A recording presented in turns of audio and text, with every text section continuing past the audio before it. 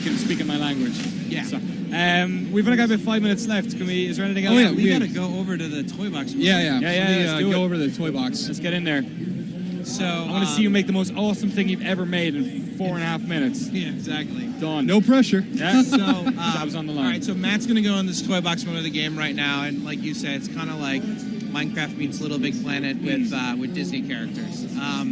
So this actually, when we started development, we knew we were going to have network play. Okay. And we think lobbies are super lame. And so we wanted an area where kids can run around and just play while they're waiting for all their friends to queue up. And so that's kind of where the toy box mode started, because we literally had a sandbox. Yeah. And we put some toys in there, some virtual toys in there, and all of a sudden we noticed that kids were spending more time playing around inside of the toy box, just goofing around, than they were actually inside of the play sets. So we thought, well, there might be something kind of special here with this particular mode of play. So over time, it's grown, and now it is actually probably one of the coolest things that we have about Infinity. So as you play through those play sets, you're going to unlock virtual toys. That's a lot of those stuff, virtual guys. toys get added to your toy catalog. There's over 1,200 different toys in the game that you can unlock over time. A whole bunch of them. There's over 250 that are pre-unlocked right out the gate.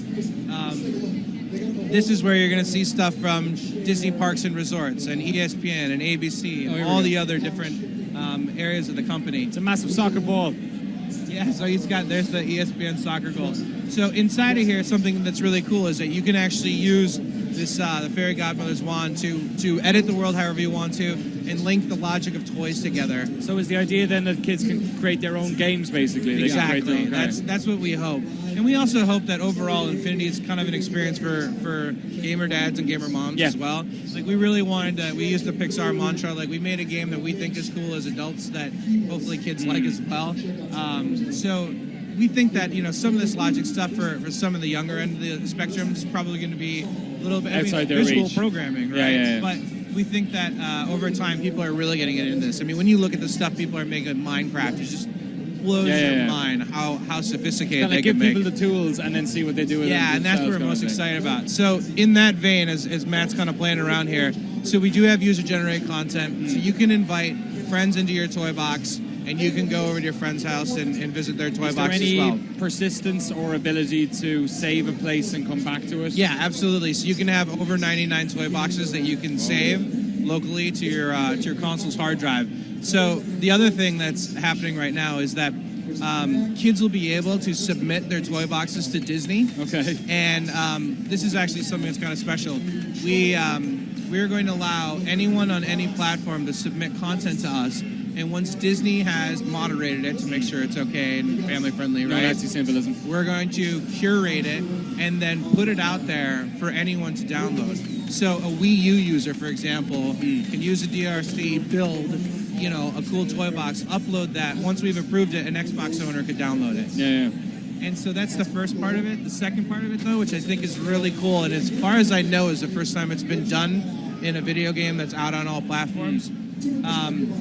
Are you an Xbox gamer or? I play both Xbox, PlayStation, PC. What do you prefer? I play my 360 mostly. Okay, so I'm gonna say I'm a PS3 guy, right? If I Let's fight. Yeah. I hate you. Use games. Use games. I hate. Anyway, I can bring my toys over. Toys are platform agnostic. Bring my toys over to your house. You and I, because we allow multiple people to build inside the toy box at any point, you and I can build this crazy cool toy box together.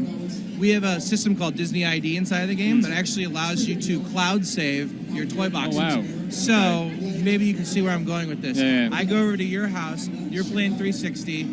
We build this crazy toy box. I cloud save it to my Disney ID. I go back to my house, and then I turn on my free PS3, right? And then I can actually pull down that toy box we created on your Xbox 360 on my PS3. And so I think we pulled Nintendo, Microsoft, and Sony together, and we said we want to do. You brought the three of them together. Well, Why can't we all get John Vignacchi? Disney could. John Vignacchi has saved the console wars. I mean, like He is that. the Gandhi of the console wars.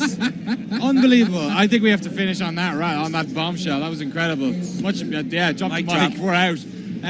Just tell us one more time, John, what platforms is Disney Infinity out and when can people get it? PS3, Xbox 360, Wii U, August 18th. Thanks everyone who watched this and is listening to this. Definitely is a cool kids and family game. And if you're a gamer mom or a gamer dad, you're going to have a great time playing this with your Sick. kids. Awesome. John Vignacchi, Matt, thank you very much for coming along. Much appreciated the time. Thank you. We got loads more stuff coming up today on day 1 of Stage 2. GameSpot's coverage of E3 2013. Battlefield 4 is closing up the show in about half an hour. We're going to have an editor catch-up in just a little while, so stick around.